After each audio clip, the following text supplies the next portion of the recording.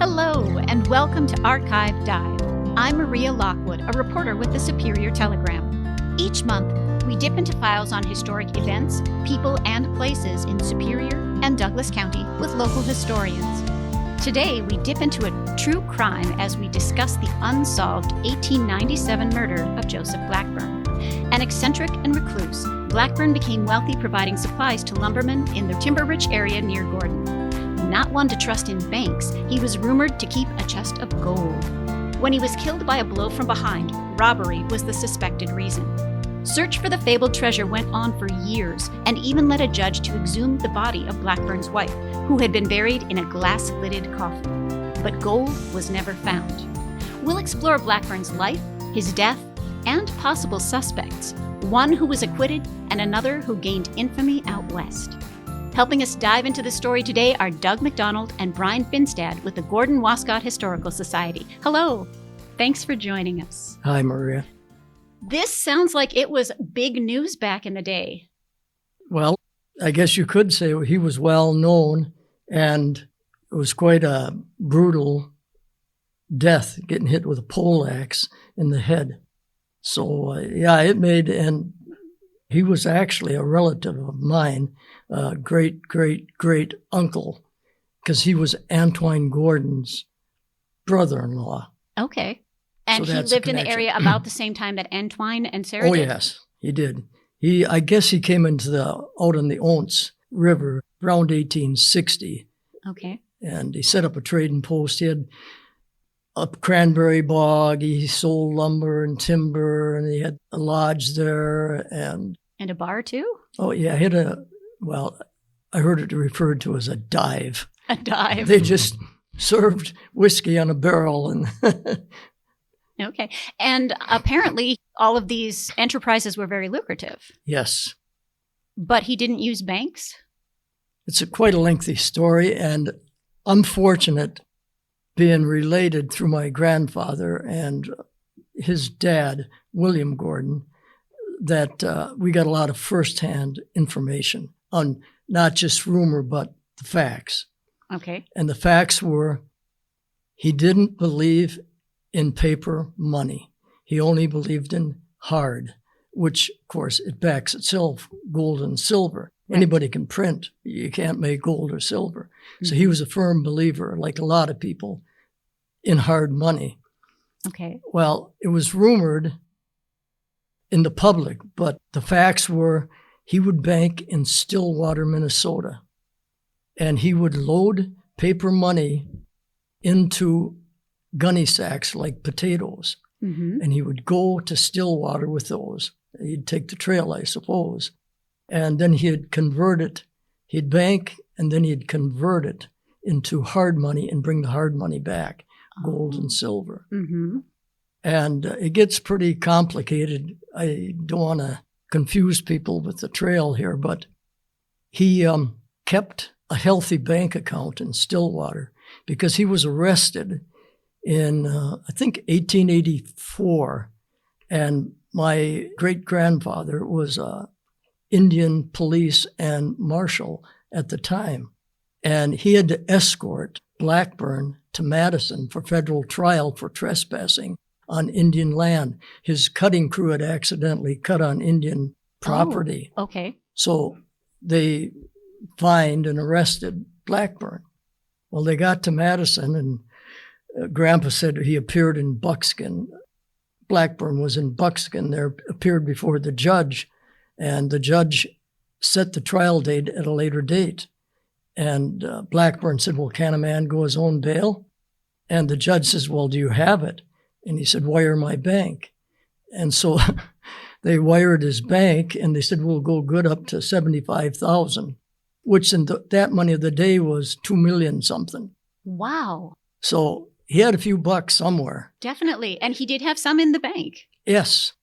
But what gets really conclusive, I guess is the word, about the money in the sack, I was delivering UPS over in Danbury in the reservation. And when I first started, and I knocked on the store, his name was Blackburn. And I thought, whoa, Blackburn, you know, that's name rang a bell immediately in my head. So I asked the lady, I said, after I gave her a package, you're in relation to Joe Blackburn? Mm-hmm. She just looked at me and says, yes, that was my grandfather. And the thing was, he had an Indian wife over in Danbury. So he had 2 wives? Yes. Oh, no. Yes. And she gave me the whole story that jibed with exactly what my great-grandfather and grandpa had told me. And she said, he had a lot of money. He told Grandma that he buries it out there. And she said he used to stop and pick her up when he was going to Stillwater. And Grandma said he had bags, gunny sacks full of paper money. And he would obviously go on to convert it. So that's quite a conclusive factor that it isn't just a rumor. Right. And so also, that treasure rumor is not, right. It's got some basis in fact. Uncle Ben, his family later bought the farm a couple of years after Blackburn was murdered. And so Uncle Ben has a lot of stories of things that transpired. But I was going to say on Joe Blackburn, he had money stashed. They later found in the oat bins, pennies and nickels, or dimes rather, but no gold. They never did find the gold. Okay, so that was money that was still there after the murder. After the murder, so no robber took off with that. No. My great-grandfather told my grandfather, Joe, that he has seen himself little chests, carrying type. He said full of gold pieces. That one time when he was talking to his uncle, that would be Blackburn, and he said he had a little cedar box full of gold. He was obviously going out to his trading post, Okay, so people had seen him with gold. Oh, yeah. But after he was murdered, no gold was found there. No, but listen to this. Where he was murdered, they went into what was so-called his office, part of his trading post. They found $1,500 in paper money scattered. Now that's equivalent, I just Googled it, $56,000 in today's money. I mean, somebody goes, oh, what's $56,000? Throw it, No, how much did they get away with? They must have gotten away with a lot. Yes. Now, at the time, okay, so when did he start his trading post? When did that? We figure around 1860 something. 1860. Brian, when did he get a patent on that land? Do you know? Yeah, I don't know. I know he originally came into the St. Croix Valley in Taylor's Falls. He'd come from Ohio, and he was involved in building the first bridge at Taylor's Falls across the St. Croix. Then he kind of moved his way up. He owned land around where the stagecoach line crossed the Namakagon, somewhere near there. And he kind of appears in Stuntz's journals in there in the 1860s. And then he ended up on the Ounce sometime after that. Okay. Did his place have a name? In his time, they called it Blackburn's Farm. Blackburn's Farm, even though it was a trading post and a dive and everything else. Yeah. It was similar to Antoine. Antoine, the Vesey Farm, Blackburn's Farm, and the Moore Farm were all similar, that they were trading posts, they were stopping places, they were supply places for lumbermen. They also were farms. Some of them were places that you'd get mail. So those places all were in the same era and sort of operated as these multi-purpose. Right. And he was married, correct? Yes. He married Antoine Gordon's sister. Sarah Gordon. Sarah Gordon's sister. Okay. Yes. That's who he married. Mary. Her name was Mary. And they never had any children? No. She had children from a previous marriage. Okay. Did they stay on and help at the establishment? There was one, I think his name was Joe Brown. So Joe Brown was Mary's nephew by Nancy Morrison. And then when Nancy died, then Joe and Mary raised Joe Brown. Right. But by the time that the murder took place, his wife had passed, correct? Yes, she died in 93. 1893, right. So 4 years before he did. Right. And I understand that he buried her in a glass-lidded coffin. Can someone tell me about that? Okay. Now here's why I kind of come into the picture too. Okay, now Uncle Ben, his family lived there for 30-something years after the murder. Okay. Yes. They bought it from a lumber company that bought the house and the timber and all that. Well, then when Mary died, Blackburn built a mausoleum. It was actually a small house, and put her body in the floor, and it had a glass lid. And he would sit there in his rocking chair and read, and he'd go out to the mausoleum, and he could see her in the coffin. Now, that's true. And I'll tell you why it's true. In 1936, Uncle Ben moved the house about 10 miles to what is now Highway T in Wascott, just 3 blocks off the freeway. And that's where we spent our childhood, was in the mausoleum as a house and a cabin. And there were spots, this is no lie, in the floor, 2 of them actually, where they were cutouts. Mm-hmm. And he had his wife in one. Well, then when he died, he was buried there next to her in the mausoleum. Well, when Uncle Ben's mother bought the farm, her name was Mary Connors, related to Connors Point, trade and post people. Mm-hmm. She said, I don't want those bodies here. Can you blame her? So they had her moved. Uncle Ben's stepfather, Fritz Graham, had her moved to Gordon Cemetery, both of them, and they're both there. Mm-hmm. Well, then they sealed up the floor, used it as a house to live in. Yeah, and we would go around as kids knocking on the walls, looking for his money. And I can remember one day as a kid saying to my dad, Dad, maybe it's in the crawl space, where the rafters are at. Dad goes, no, I've already checked it. But yeah, in 1934, I have the clipping, an Indian over in Siren, Wisconsin, was being haunted by the vision, the dreams of Blackburn, telling them the money's buried in my wife's coffin. So they actually got a court order to exhume the body. And Father Gordon, my great uncle, who was a priest, presided over the opening and closing. Okay. Well, who did he get to open it? He says to my dad, say, Russ, I'll give you $5 if you'll go up the cemetery and dig up this grave for us. So he said, sure. Well, that was big money in 1934. I suppose. He said, yeah, I went up there. And so I was maybe 17 when Dad was telling this story. And my mother just sitting on the side, just shaking her head like, oh boy, Mm-hmm. And he dug it up, and I said, first thing I said, was it a glass coffin? I'm thinking of Snow White or, like that. And he goes, no, he said, it was half glass. He said it had a window like, the top half of the coffin. And I said, was there any money? And he goes, not a cent. He said, they just closed her right up again. Put her back. Yep. Oh, my goodness. So there is no money there. Right. Okay.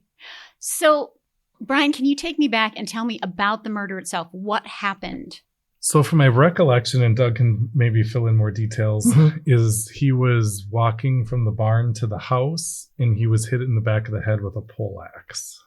Is that right? That's right. And he'd just come back from where Cranberry Lake is, by the lower Eau Claire Lake. He had sort of a business growing cranberries there. And that lake was later flooded. It was probably originally more of a cranberry bog or marsh. Mm-hmm. It wasn't a lake in his time.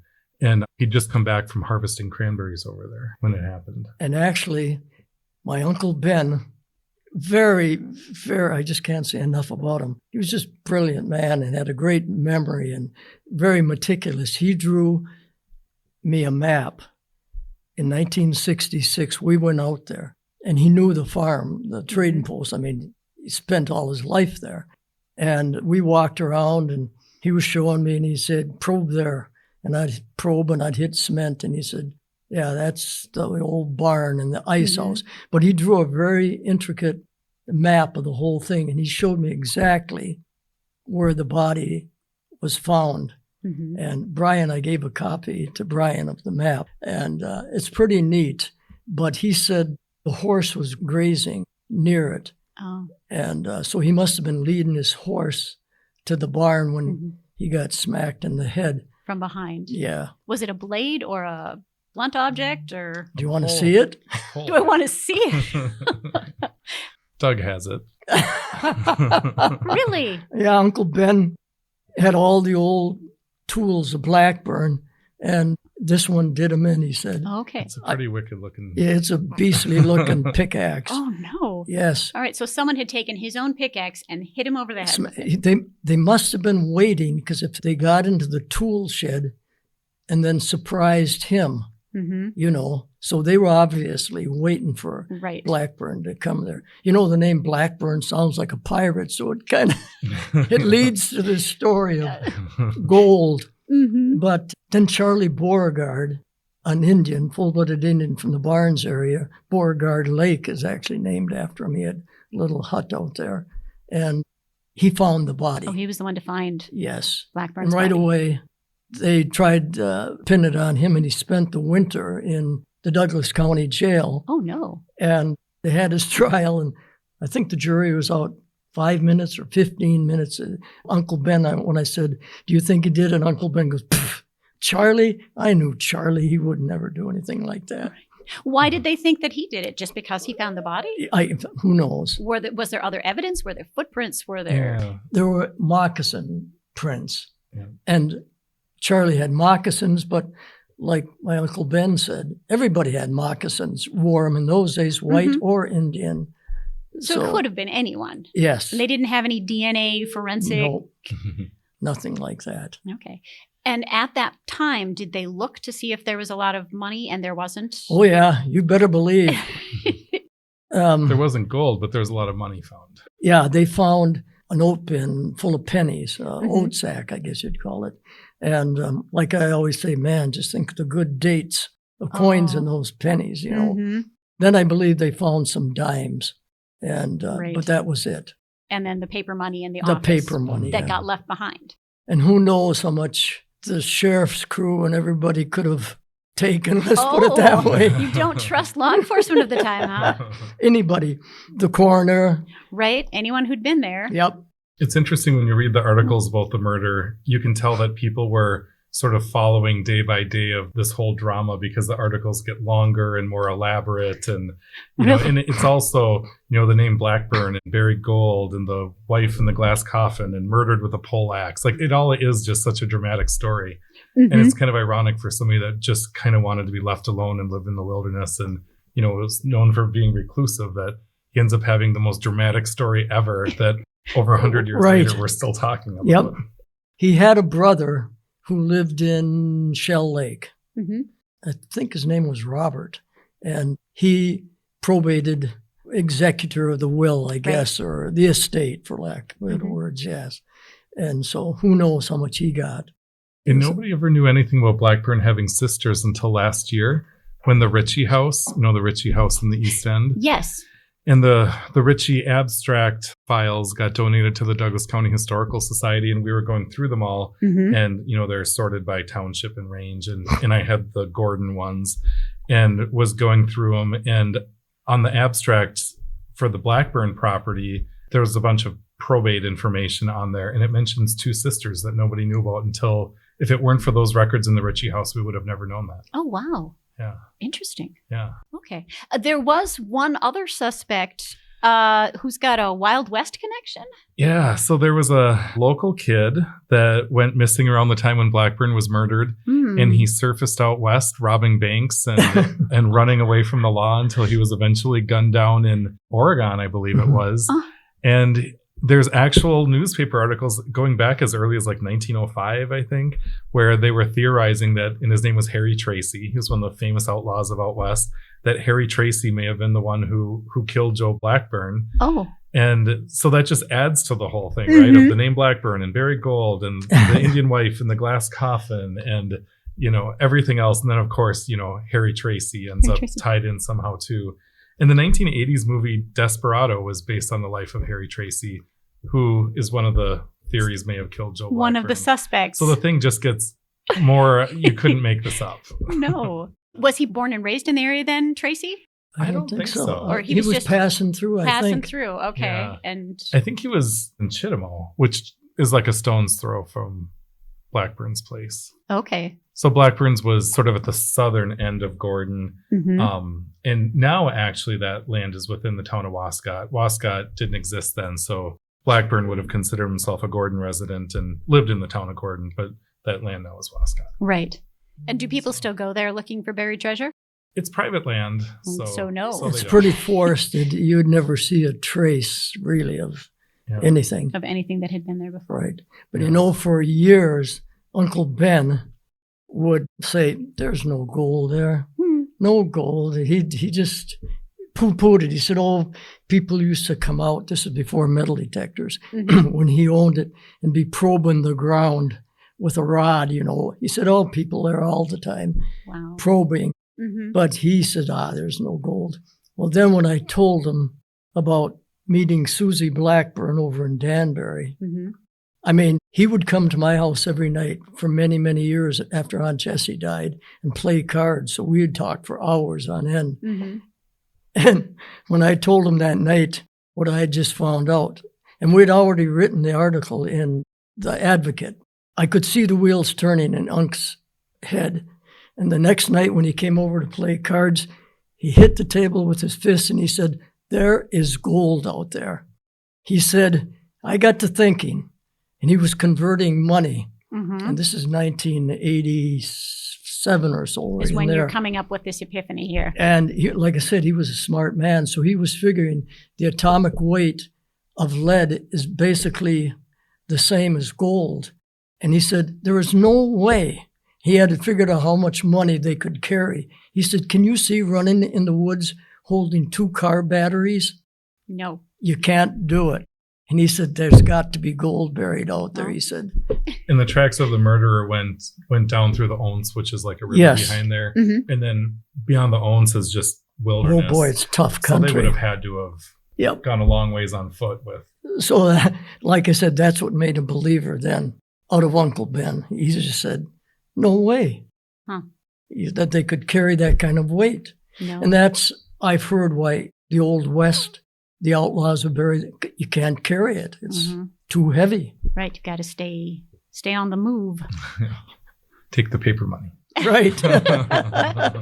Awesome.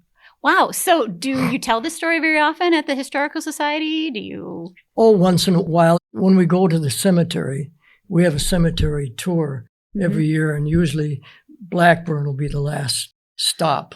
Oh. And then I'll give that version.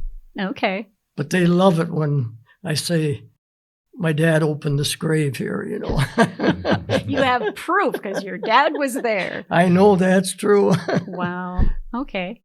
I was going to ask briefly. I know you were talking about this just before we started recording, that your families have known each other for a very long time, right? Yes. So the Finstad and the MacDonald / Gordon family, how far back does your... So my grandmother was from Barnes. So I'm descended from George Barnes that founded Barnes. So I'm George Barnes's great-great-grandson, and he's Antoine Gordon's great-great-grandson. So our two families founded towns next to each other and, of course, interacted for all that time. So there's actually a ledger from Antoine Gordon's hotel where they also sold lots of things.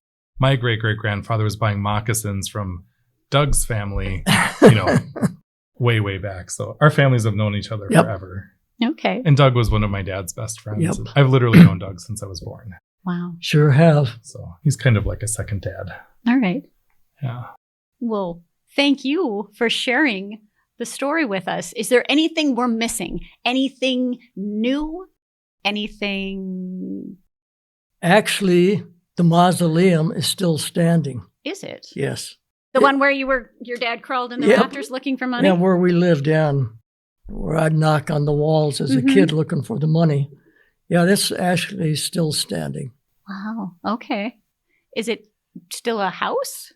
Shed, garage. A shed. Okay. Yeah. Someone's Storage. Shed is the mausoleum. I Yeah. wonder if they know it was a mausoleum. I doubt it.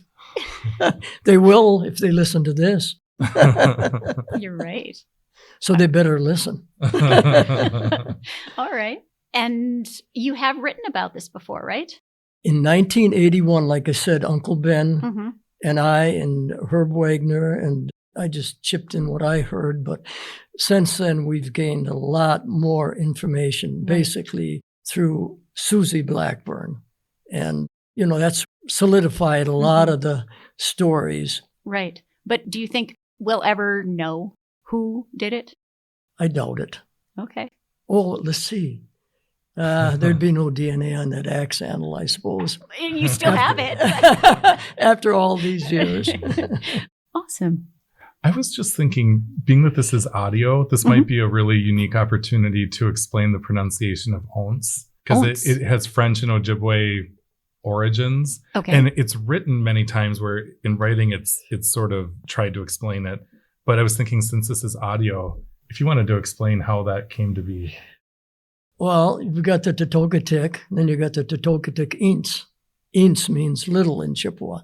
Totogatik means basically trembling ground. Mm-hmm. If you've ever been in a swamp, those little islands of tufts, or you jump from one to the next, that's Totogatik. And so the Once was originally the Once Totogatik, little Totogatik. Yep. But Ojibwe was Ints. Ints, little. But the reason that it's pronounced Once is it's the Frenchman trying to pronounce an Ojibwe word is how that pronunciation came out. But now it's the spelling on formal maps has been spelled Ounce. Mm-hmm. Ounce. So to people not familiar, it looks like ounce, like the measurement ounce. And that's kind of how you can tell who's local and who's not if they say ounce or ounce. Yeah. So Totogatik Ints, that's what I call it. The Ints. The Ints. Okay. Thank you. That's good. I just thought as long as we're audio recording that would definitely. Sure. All right. Well, thank you. Thank you for coming in. It's an interesting story. And we love talking about it. I can tell. Awesome. There's a lot more, I'm sure, that we forgot. Oh, really? Okay. If I was to stop by the Gordon Wascott Historical Society and ask for some more Joe Blackburn tales, would probably. Okay. Because I know once we get off here, we'll go, oh, we should have said this. Said that, right. I'll probably tell you should go talk to Doug. All right. Awesome. Okay. Well, thank you. And thanks for listening to Archive Dive. New episodes are available monthly at superiortelegram.com or wherever you listen to podcasts. If you have a topic you'd like us to explore, email me at mlockwood@superiortelegram.com.